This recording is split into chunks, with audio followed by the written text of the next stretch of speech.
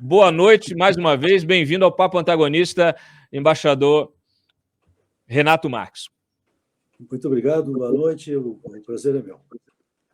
Bom, o senhor serviu na Embaixada do Brasil na Ucrânia e também na Embaixada do Brasil em Belarus, que hoje é esse país aí, uma ditadura, e é um país que está servindo a Rússia, né, servindo como plataforma também neste cerco à Ucrânia.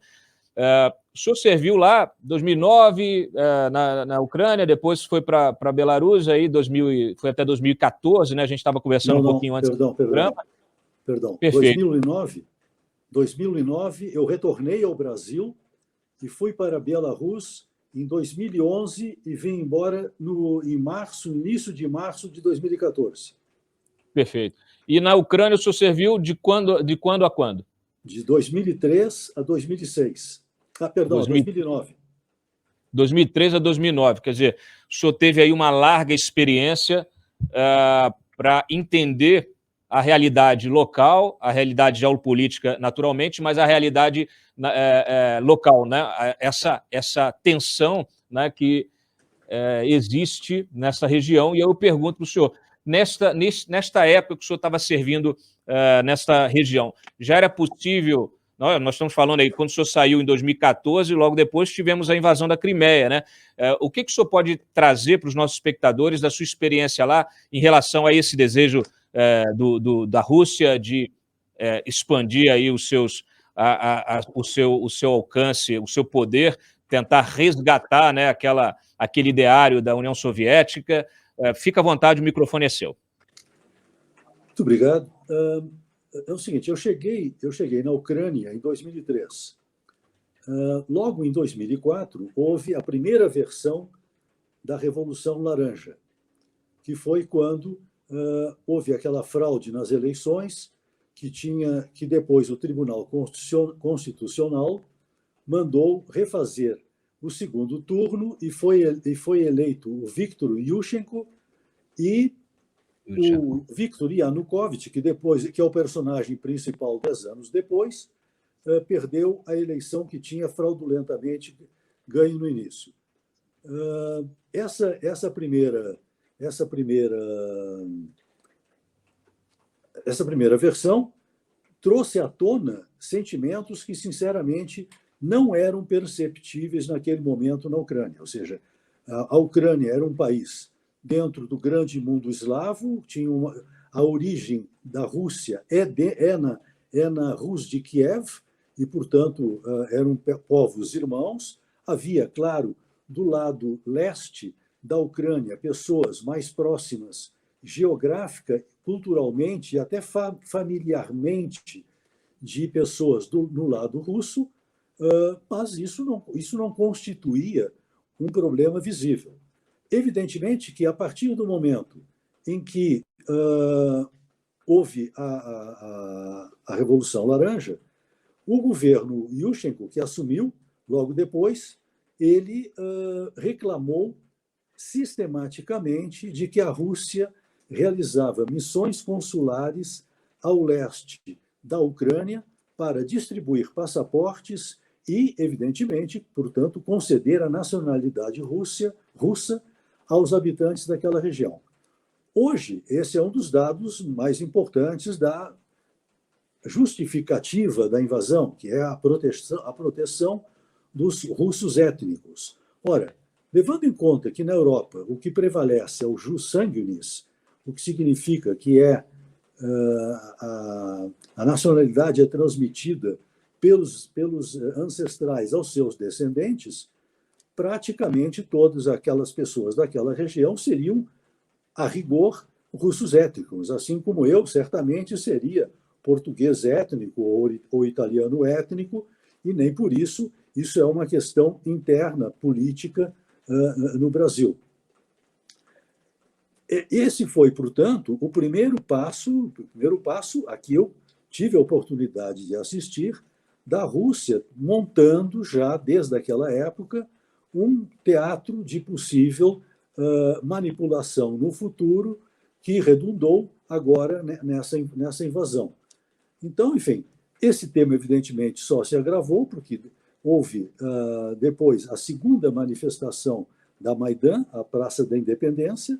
Nesse momento, porque o Yanukovych, então presidente, eleito legitimamente, ao final se negou a assinar um acordo de livre comércio com a União Europeia, que era e é um dos grandes pleitos e anseios da população, eu diria que ucraniana como um todo, porque, embora possa haver divergências no tocante a se todos os ucranianos dos dois lados, do leste e do oeste, estão tão dispostos em integrar a OTAN, o mesmo não ocorre, as mesmas divergências não ocorrem no tocante ao ingresso na União Europeia, que é um objetivo comum.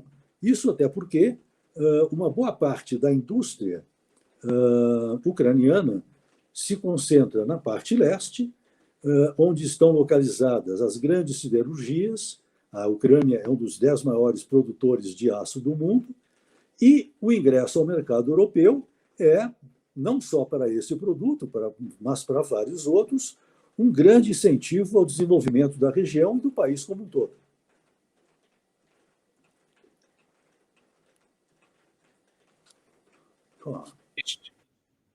Está me ouvindo ou não? Parou de me ouvir? Agora sim, agora sim.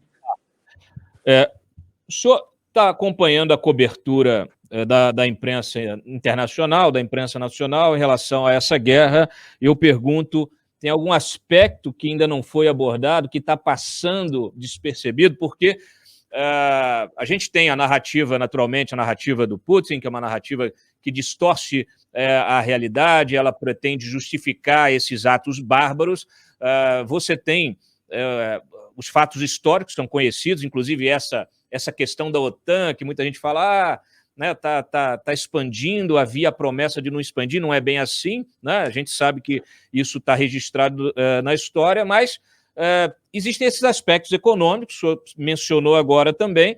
A gente sabe que também você tem naquela região ali até a interferência, e o senhor citou essas disputas eleitorais.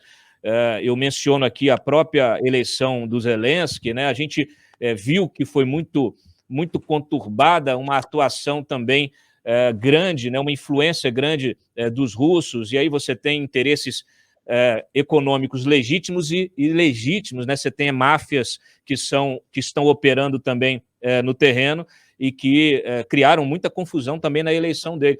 Tem esses temas que a gente está conversando aqui, o senhor poderia posicioná-los nesse tabuleiro? Eles têm relevância?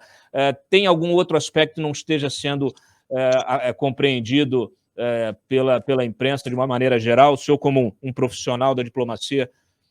Olha, eu acho que, a meu juízo, e eu ouvi há pouco o Zelensky, a principal questão que não é compreendida, que é manipulada pelo Putin e que não é compreendida pelos ucranianos, é que o ingresso na OTAN é provavelmente o próprio Zelensky caracterizou como um sonho, porque ele tem componentes importantes que praticamente desqualificam a possibilidade da Ucrânia ingressar na OTAN.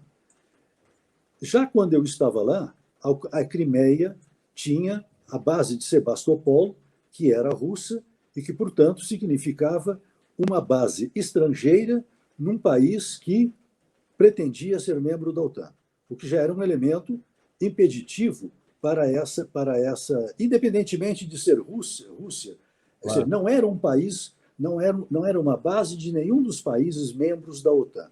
Portanto, era uma base de um terceiro país fora da aliança. Por outro lado, a Ucrânia, logo depois, e já nessa época, em função da questão da rebeldia das províncias do Donbass, Lugansk e Donetsk, passou a ter um estado de combate latente com a Rússia, e mesmo com os seus próprios cidadãos, o que é outro elemento que torna um estado, de beligerância com terceiros países, a Rússia, e com seus protegidos em Lugansk e Donetsk. Então, enfim, não é de se supor que a OTAN venha, em nenhum momento, acatar um planteio ucraniano nesse sentido, enquanto subsistirem essas questões. E essas questões não só não têm perspectiva de serem eliminados, como, ao contrário, têm uma provável perspectiva de serem acentuadas agora em função da invasão. No caso da União Europeia, que o próprio Zelensky hoje fez um grande apelo para que a União Europeia aceite de imediato a sua incorporação ao grupo. Ora, é óbvio que a União Europeia, em primeiro lugar, todo país que ingressa na União Europeia, ele tem que cumprir com uma série de pré-requisitos, claro, que significam desde perfeito funcionamento da democracia, no lado político, uma série de ajustes no âmbito econômico, e, evidentemente, que esse país, conflagrado como está, não tem nenhuma perspectiva de ingresso na União Europeia. Mas também já não tinha antes, porque, além de todas essas questões, além de todos esses requisitos, digamos, formais, é óbvio que a pressão russa, contrária ao seu ingresso na União Europeia, se reflete claramente no relacionamento da Rússia com os países europeus, todos dependentes de gás e petróleo russo, e que, portanto, enquanto o Kremlin desaconselhar esse ingresso, a grande probabilidade é que ele não vá ocorrer. Como são 30 membros na OTAN, e não me lembro exatamente quantos, provavelmente 30 também na União Europeia, e todos têm poder de veto, sempre haverá alguém que refletirá essa pretensão ou essa restrição russa para que isso ocorra. Então, me parece, dos dois lados, tanto da OTAN quanto da União Europeia, é muito bonito ouvir acatar os anseios da Ucrânia, que são legítimos. Eu acho que a Ucrânia tem uma real vocação europeia, muito mais do que russa. Mas, enquanto houver essa manipulação por ambos os lados das possibilidades de ingressar ou não, isso vai estar sempre sobre a mesa e não vai ajudar a encaminhar uma fórmula, uma solução que seja minimamente compatível com a problemática geopolítica em que a Ucrânia está, por fatalidade geográfica, inserida. A Ucrânia, como é que é a relação comercial, a dependência? O senhor mencionou a interdependência da Rússia com a Europa. Eu até escrevi um artigo ontem comentando que as sanções, que são sanções até inéditas, sanções duras, sanções econômicas contra a Rússia, elas acabam também tendo um efeito. Hoje até a presidente da Comissão Europeia admitiu que isso também tem um efeito na economia europeia, né? Os cidadãos europeus também vão sentir já imediatamente, e que isso, claro, isso torna tudo mais difícil. Como é que é a relação econômica, comercial da Ucrânia com a Rússia? Da Ucrânia com a Rússia? É. Bom, é uma relação de complementaridade natural em função da herança soviética. Ou seja, uma boa parte dos fornecimentos e do destino das suas exportações são para a Rússia, porque historicamente sempre foi assim. Até 1991, pelo menos, era como funcionava.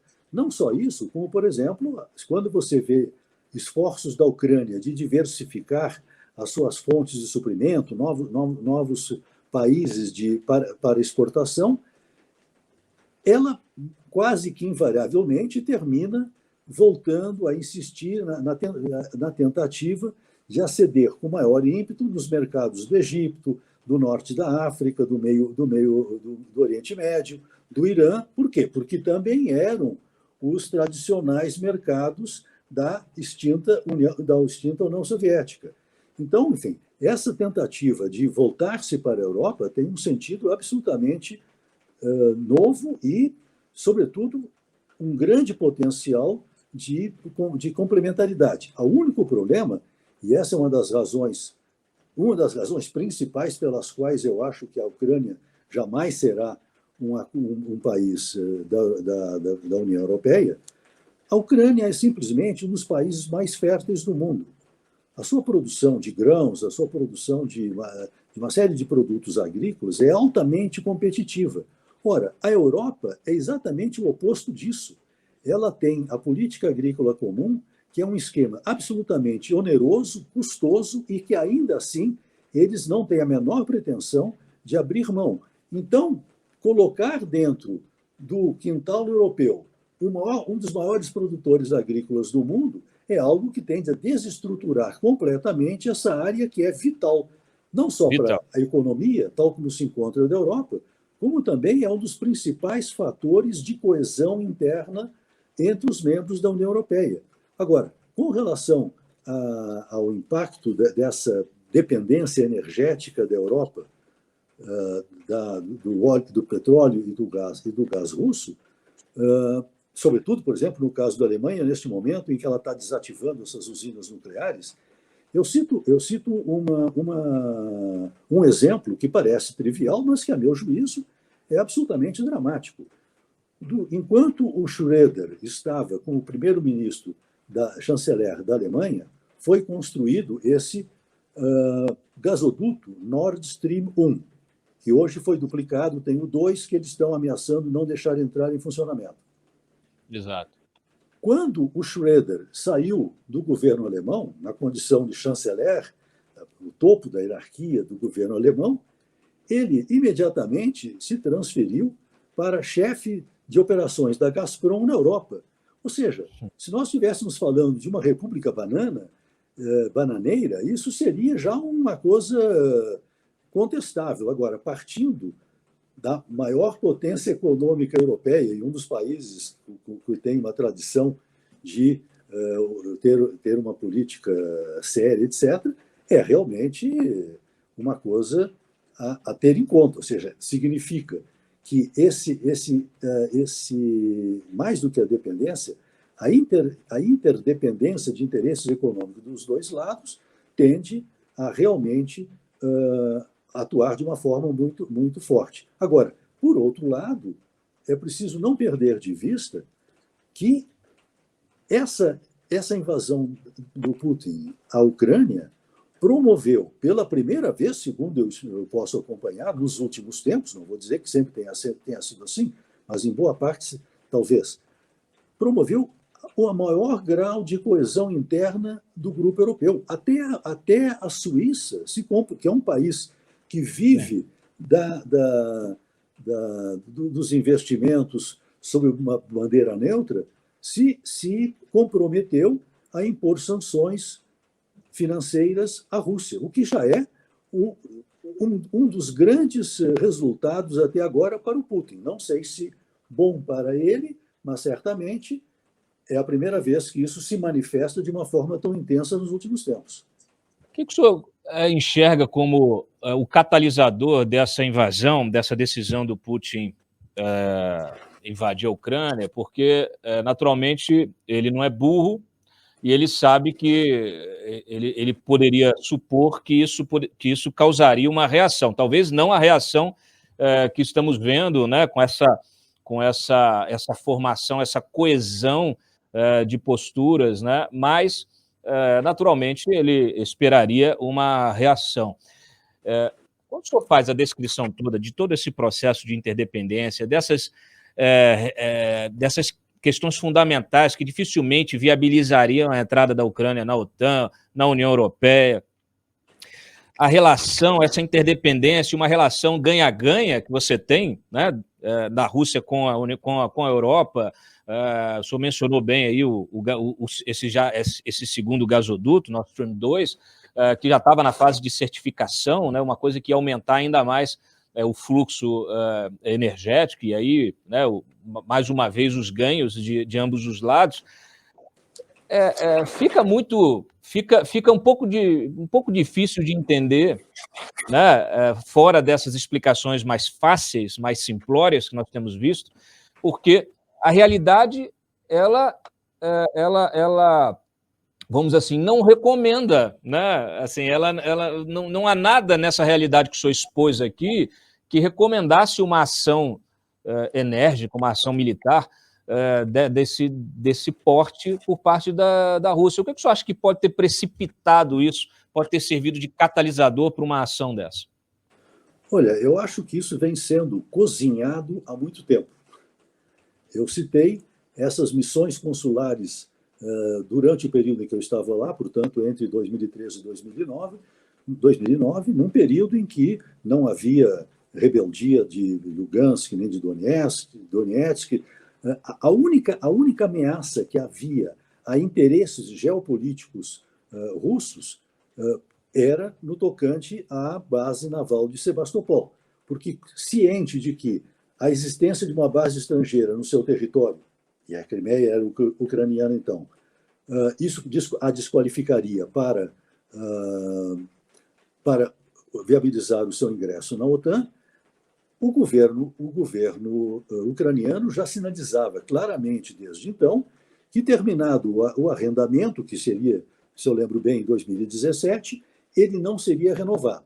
Ora, para a Rússia não ter a base de Sebastopol, ou um pé na Crimeia, ou os 4 pés na Crimeia, de acordo com a medida adotada, significaria pura e simplesmente deixar de ser uma potência no Mediterrâneo. Ou seja, hoje a Rússia é uma das grandes responsáveis pela sobrevivência do regime do Assad na Síria. E só pode fazer isso porque dispõe de uma base naval na Crimeia, no Mar Negro, que lhe dá acesso ao Mediterrâneo e, portanto, pode atuar nessa área. Portanto, do ponto de vista geopolítico russo, perder Sebastopol, perder a Crimeia, era diminuir a sua importância, o tamanho da sua importância estratégica nos teatros, nos cenários mundiais. Claro que isso poderia ser encontrado outras fórmulas, mas, enfim, aí não adianta agora especular sobre o que poderia ter sido feito. Mas o que eu quero dizer é o seguinte, é que desde então, claramente vinha sendo construído um programa para não só a incorporação futura da Crimeia, como também o aliciamento a essas províncias do leste para que se incorporassem a algum tipo de projeto conjunto dentro da Federação Russa. Eu acho que há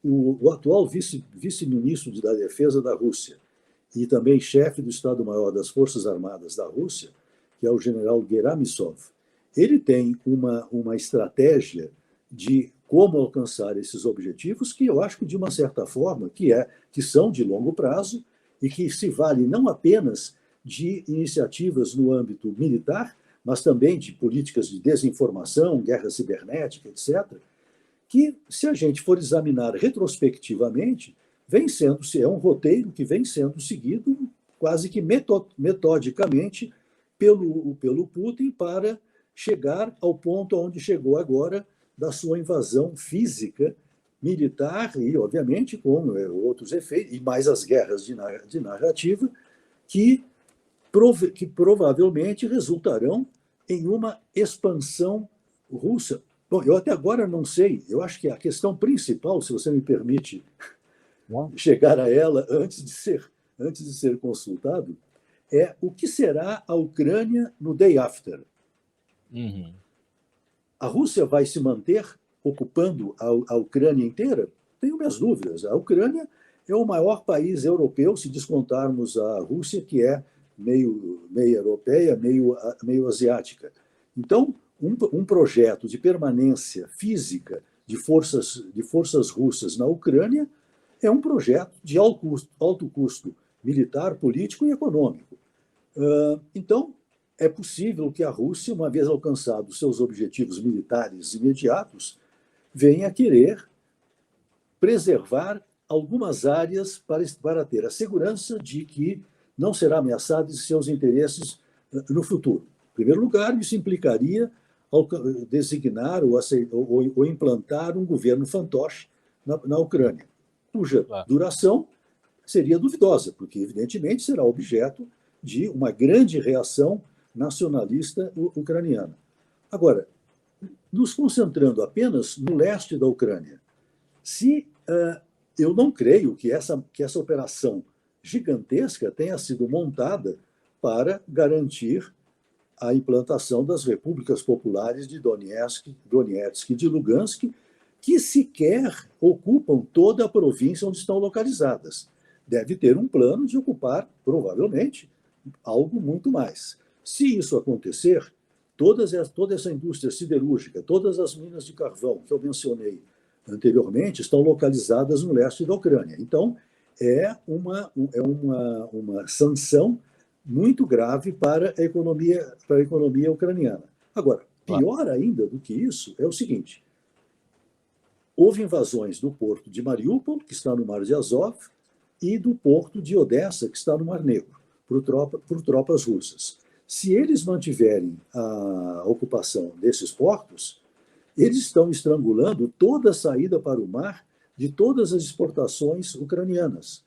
Sem contar que o aliciente adicional para a Rússia é, por exemplo, eles invadiram agora recentemente Kherson. Não terão invadido por acaso? É que, por acaso ou não, a água que é bebida na Crimeia, quer dizer, a grande fonte de suprimento de água potável para a Crimeia está localizada em Kherson, fora da península da Crimeia, que está em território ucraniano. Então, enfim, se todos esses pontos-chave estratégicos forem preservados no contexto do final, seja ele como for, da atual invasão, a Ucrânia vira um país totalmente descaracterizado, perde totalmente a sua condição de operar política e economicamente, internamente, já não me refiro à projeção externa da Ucrânia, será um outro país. Obviamente, muito diminuído e, obviamente, crippled, em inglês, tornado totalmente inoperante. Inoperante. Você está quebrando as pernas do país. Você não tem. Exatamente. Você tira completamente a capacidade dele subsistir, né, como Estado, com seus potenciais. Gostei muito dessa sua explicação, porque, de fato, quer dizer, estão nesse tabuleiro aí essas fontes de recursos e de controle, né, desses portos que também são fundamentais. Embaixador, quando a gente vê essas sanções econômicas que são sendo tomadas, muitas de forma inédita, a gente citou até a Suíça integrando esse esforço coletivo europeu, também americano, o Japão também já se associou, quer dizer, você tem vários países e em diferentes níveis, né? Até você tem aí o futebol, a FIFA expulsando a Rússia, Federação de Tênis, agora você tem as grandes multinacionais de tecnologia também, aí, as Big Techs também, também não, né, bloqueando vendas de equipamentos, vendas de a própria atuação na Rússia. Quer dizer, você tem, de fato, um conjunto de sanções que tem um aspecto amplo, profundo e inédito. Isso talvez justifique até essa reação que nós tivemos hoje, né, de uma intensificação da operação da frente militar aí, da Rússia na Ucrânia. O que o senhor acha que vai acontecer primeiro?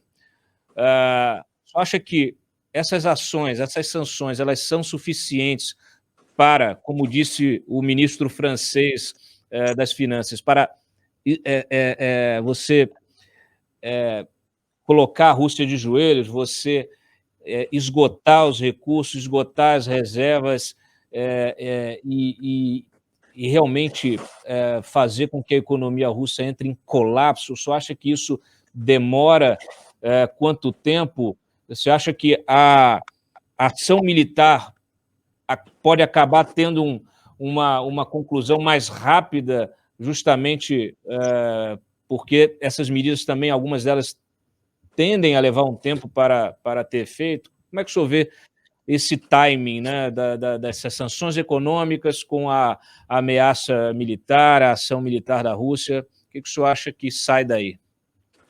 Olha, o que eu vejo, o que me dá a entender, me dão a entender as últimas notícias, é que o Putin está entrando num processo de quase desespero, no sentido que ele não terá calculado bem o alcance da reação que pretendia, que poderia vir a sofrer, e até porque todo o discurso dele é no sentido de que a democracia liberal é obsoleta, ultrapassou seus propósitos, portanto, ele certamente deve achar também que a OTAN e todos os países que integram a Europa não apenas são dependentes energeticamente dele, mas também são essencialmente soft e que, portanto, estariam dispostos a capitular ante o primeiro aceno de ação bélica por ele proposto. E o que está ocorrendo é exatamente o oposto. Eu não sei quanto tempo essa coesão ocidental dura, porque, veja bem, no primeiro momento em que, se a Rússia, de repente, decidir cortar os fornecimentos de gás à Alemanha, por exemplo, no primeiro momento em que isso se refletir internamente numa insatisfação dos alemães com relação à qualidade de vida deles, que pode vir a sofrer em função disso, na medida em que isso se tornar um peso no dia a dia do europeu, pode vir a mudar rapidamente o atual momento romântico de exaltação, de apoio aos defensores da Ucrânia. Ou seja, esse momento, que é um momento muito especial, ele colocado numa dimensão, numa perspectiva mais normal, ele não vai se manter assim eternamente. Por outro lado, eu acho que o Putin fez, mesmo do ponto de vista militar, uma avaliação totalmente incorreta de como ele poderia dominar um país tão grande. Já não me refiro ao país inteiro, mesmo a parte leste, até Kiev, porque o que nós estamos vendo é uma série de problemas logísticos e vários objetivos buscando ser alcançados ao mesmo tempo, que está levando, se não a uma derrota russa, que evidentemente não está ocorrendo, pelo menos a dificuldade dele de explicar ao seu público interno como ele não fez o passeio que pretendia fazer. Exato. Não é por acaso que ele acabou de fechar duas empresas de televisão em Moscou, porque faziam relatos da guerra que lhe eram contrários ao seu interesse. E, inclusive, o que é mais incompreensível é que uma das razões principais alegadas é porque essas empresas de televisão usavam a palavra guerra, quando ele não está numa guerra contra a Ucrânia. Ora, isso lembra aquele lema do partido no clássico de George Orwell, 1984, em que dizia que guerra é paz, liberdade é escravidão e ignorância é força.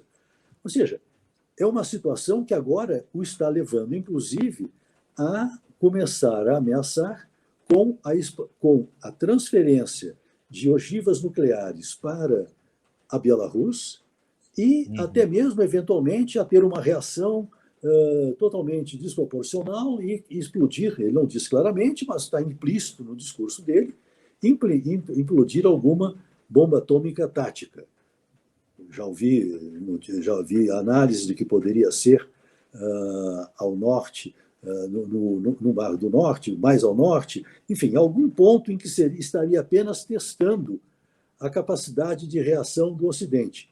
Ora, se isso vier a ocorrer, nós estamos à beira de uma terceira guerra mundial, porque ou a Europa irá se render incondicionalmente, ou algum Churchill local vai conseguir mobilizar forças e decisões no sentido de reagir ao que está ocorrendo, que, evidentemente, está sendo levado pelo Putin às últimas consequências. Evidentemente que ele é um grande jogador de pôquer, mas, enfim, em algum momento, esses blefes, ou o que sejam, terão que ser pagos, não? Claro. Inclusive, amanhã teremos uma reunião da Agência Internacional de Energia Atômica, né, para analisar e aprovar uma possível resolução condenando essas últimas ações aí da Rússia. Inclusive, os ataques foram feitos na região ali de Chernobyl, em lugares onde há armazenamento de lixo atômico, né, e você tem um escape dessa radioatividade que realmente também levanta preocupação para além, naturalmente, de um ataque de ogiva ou de uma bomba tática, como o senhor falou. Vamos aguardar. O senhor tem alguma expectativa do que possa sair desse texto aí? Hoje estavam falando um texto forte ali, falando de ameaça, etc. e tal, mas que isso poderia ser diluído nas conversas com os demais países membros, justamente para que se conseguir aprovar um texto, né? O senhor sabe como é que funciona bem essas negociações, quando você precisa aprovar um texto, tem tantos interesses envolvidos que, claro, numa situação de coesão como a que a gente está presenciando, talvez seja até mais fácil. O senhor espera que saia alguma resolução importante aí desta reunião amanhã? Amanhã também teremos OTAN, uma reunião de emergência. O que a gente pode esperar desta reunião da OTAN? Essas duas questões, por favor. Olha, eu acho que a posição mais cautelatória no momento é, mesmo que avance no sentido de uma retórica, de um discurso mais forte, com o nível de ambiguidade do proposto iniciado pelo Putin. Ou seja, eu não creio que nem a OTAN, nem a Agência Atômica de Viena, né? De Viena, deva comprar essa ameaça e responder a um nível adequado sem ter segurança de que esse é realmente o recado. Então, enfim, eu acho que esse é um momento em que todas as cartas estão mais ou menos sendo distribuídas sobre a mesa, mas não há uma definição muito clara. Até porque a própria invasão não se consumou ainda. Quer dizer, há deslocamentos de tropas, de tanques, etc., mas os principais objetivos militares ainda não foram alcançados.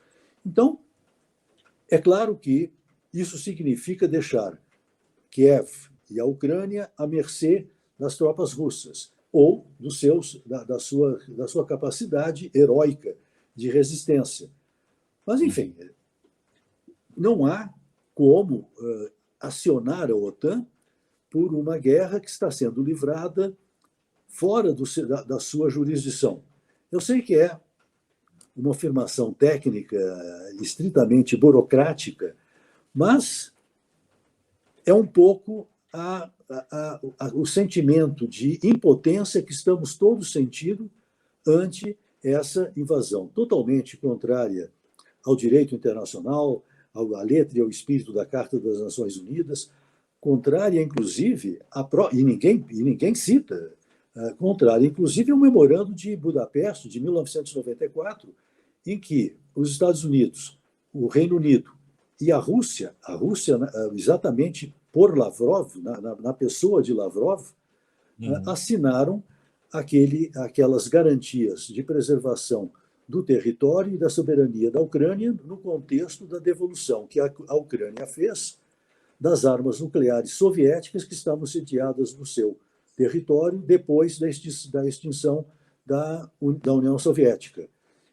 Enfim, é surpreendente, por exemplo, que todos falam o Kennan virou uma espécie de pitonisa, dizendo que se houver uma quebra da Guerra Fria, vamos passar para a Guerra Quente, o que é uma coisa que, em geral, pode-se dizer que é um efeito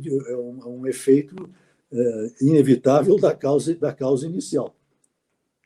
Todos citam as palavras do Kissinger, que são, no fundo, de uma quase capitulação ante não ao que está acontecendo agora, mas com relação a qualquer outro tipo de conflito, porque se você for dizer o que diz o Kissinger, é preciso ver o final antes de dar início a uma operação. Ora, o mesmo vale para o Putin. Eu não duvido, inclusive, que essas ações e declarações tão deslocadas do Putin não terminem, de alguma forma, minando o seu apoio interno junto a alguns setores militares ou dos chamados oligarcas, enfim. Na medida em que os ganhos não sejam expressivos e rápidos, isso pode ir minando a sua própria liderança, razão pela qual provavelmente ele esteja reagindo cada vez mais, aumentando a aposta na partida em que ele se meteu. Excelente. Uma última questão, ou uma penúltima questão. Hoje nós temos o discurso do Estado da União, né, o Biden, às 23 horas, fazer esse discurso que foi adiado, era para ter sido agora no dia 20 de janeiro, foi adiado, era um discurso que ia tratar de questões puramente domésticas, mas em função justamente dos eventos recentes, ele ganha uma outra dimensão e naturalmente o Biden vai tratar especialmente desta coalizão contra a invasão da Ucrânia pela Rússia. O que o senhor acha que precisa ter nesse momento, considerando a própria posição do Biden, né, que vem sofrendo um desgaste interno muito grande, também tomou a decisão ali de retirada das tropas do Afeganistão, que pegou muito mal a forma como ele fez isso, e vem enfrentando problemas domésticos graves também, mas tem aí uma oportunidade. Eu até publiquei mais cedo um artigo mencionando algumas opiniões ali de colegas do Partido Democrata que acreditam que é uma oportunidade para o Biden. Agora, é uma oportunidade que precisa ser bem aproveitada. O tempo está correndo para ambos os lados e também internamente para ele. O que o senhor acha que ele deveria trazer nesse discurso de hoje à noite, embaixador? Olha, eu acho que o Biden está sob ataque do Partido Republicano e de várias outras forças mais ou menos alinhadas, por exemplo, com a Rússia. O Biden está pagando o preço do grande derrame, da grande expansão monetária que ele fez para contrapor os efeitos da crise econômica e da Covid nos Estados Unidos, que está gerando uma óbvia inflação que o americano médio está pagando e vai pagar cada vez mais. Então, enfim, ele já está, sob esse aspecto, nas cordas, como se diz no boxe. Além disso, ele não tem muita possibilidade de dar uma definição que seja clara com relação ao que está acontecendo, de uma forma, como eu mesmo dizia há pouco, ou seja, estamos todos mais ou menos de mãos amarradas. É uma situação incômoda para todos nós e também para ele. Sobretudo porque vem sendo atacado sob um ângulo mais bem de capacidade de liderança.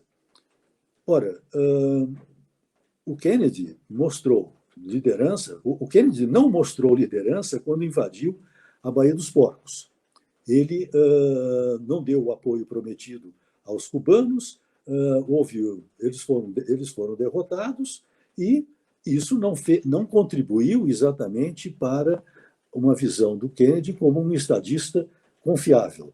Depois ele teve aquele encontro com o Khrushchev em Berlim, onde ele foi visto como um político jovem sem a bagagem necessária para confrontar o líder de uma grande potência como era a União Soviética.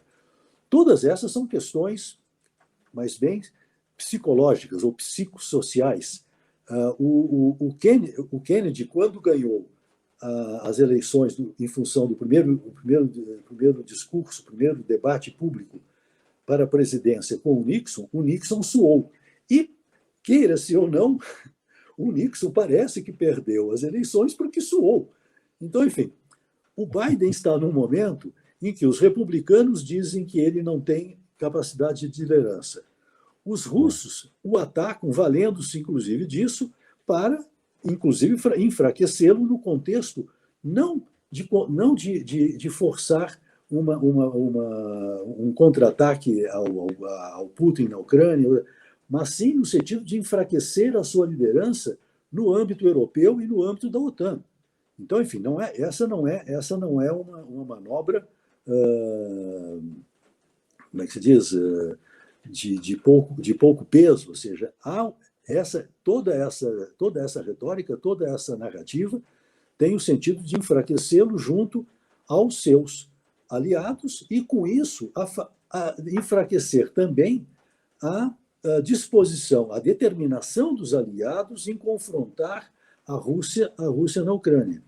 Então, enfim, eu diria que é uma posição muito desconfortável. Eu, sinceramente, se eu fosse presidente dos Estados Unidos, eu teria grandes conselheiros que me aconselhariam um discurso. Como eu não tenho os conselheiros, eu não saberia exatamente que solução encaminhar neste momento. Agora, um outro dado importante que eu acho que deve ser levado em conta é o seguinte: as ações até agora, eu acho que as ações do Putin são absolutamente incômodas à China. E a China tem mais condições de atuar no sentido de tentar conter o ímpeto do Putin do que, certamente, o Biden. Até porque o Biden provoca exatamente a reação contrária. Quanto mais ele forçar, mais o outro se sente impelido a ser mais agressivo, a ter mais ideias do tipo Armagedon nuclear, etc. Já a China, que acabou de investir bilhões de dólares na reconstrução da Rota da Seda e que previa, dentro do seu timing, dentro do seu tempo, se tornar uma grande potência econômica, uma grande potência tecnológica, consequentemente, vir a ascender a um status de grande potência política e geopolítica mundial. No seu tempo, levando em consideração como galgar cada um desses passos até chegar lá, ora, o Putin está claramente atrapalhando esse projeto. Ele está atravessando o samba da China. Então, eu acho que evidentemente, eu estou interessado em ver o que dirá o Biden, mas para ver como ele se defenderá dessas acusações. Agora, eu não acho que a China seja um país necessariamente amante da paz, apesar de todos a sua retórica, que sempre tem alguma flor, alguma coisa bonita de paz espiritual. Tiananmen não mostra exatamente isso, nem o estado da política interna, do funcionamento da democracia, se é que se pode falar nisso, na China. Mas, por outro lado, ela tem um bom capital para acalmar as questões no flanco oriental do Putin, se assim achar conveniente. Ela pode, por exemplo, e certamente tem interesse em adquirir mais gás da Rússia. Hoje ela importa algo em torno de 10 bilhões, já há uma proposta de aumentar para 20. Toda aquela rede de gasodutos que existe na região, montada no período soviético, ela convergia para a Rússia e da Rússia em direção à Europa Ocidental, atravessando a Bielorrússia e a Ucrânia. Isso fazia com que a Rússia tivesse e detém o monopólio de toda a exportação de gás, mesmo daqueles que não são oriundos de suas fontes. Por exemplo, o Turcomenistão, que não é comparável, evidentemente, à Rússia em termos de produção de gás, todo o gás dele é direcionado para a Rússia para ser vendido à Europa. Hoje, o Turcomenistão já tem, a questão de um ano atrás, um gasoduto que vai direto para a China. Então, é óbvio que a China tem interesse também em articular toda essa parte energética, que é muito importante na Rússia e na antiga soviética, com vista aos seus próprios interesses.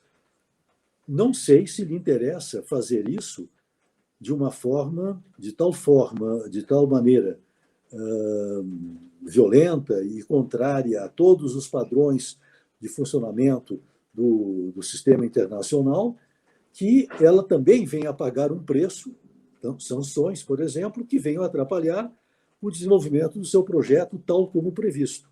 Então, enfim, é um quadro certamente muito amplo, todos nós pagaremos um preço, qualquer que sejam as sanções, haverá menos potássio para a nossa agricultura, haverá menos mercado para a nossa carne suína e de frango.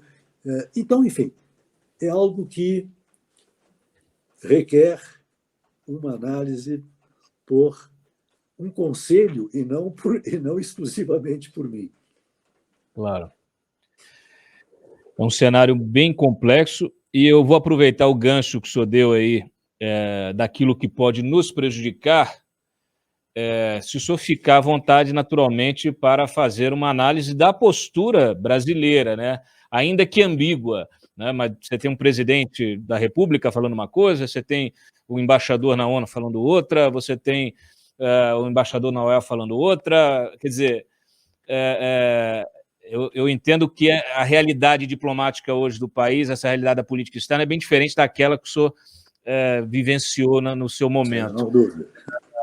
Qual análise o senhor faz desse conjunto da obra aí do governo Bolsonaro? Olha, muito rapidamente... Nessa questão específica da Ucrânia, por favor. Muito rapidamente, é uma situação, para dizer o mínimo, esdrúxula. Certo? Ou seja, se você for examinar como funciona um governo de coalizão, você vai ver que mesmo num governo de coalizão, em que, por exemplo, os verdes ocupavam, na época da Merkel, uma aliança com o partido dela de centro-direita, os verdes, evidentemente, tinham uma posição muito além do que era o do partido principal, no tocante a várias medidas dessa natureza, mas nunca ousaram avançar os limites do que era o conjunto dos entendimentos que resultaram na coalizão que os levou ao poder.